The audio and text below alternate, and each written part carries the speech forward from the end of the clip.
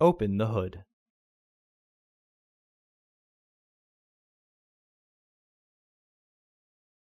The cabin air filter is located here.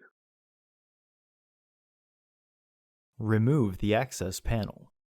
Subscribe to our channel so you never miss a video. Unclip the housing panel. Remove the old filter from the housing and clean out any debris inside. Install your new AQ1209 filter into the housing, with its airflow indicating arrow pointing up. For more information, check the description below the video. Reinstall the housing panel. Reinstall the panel.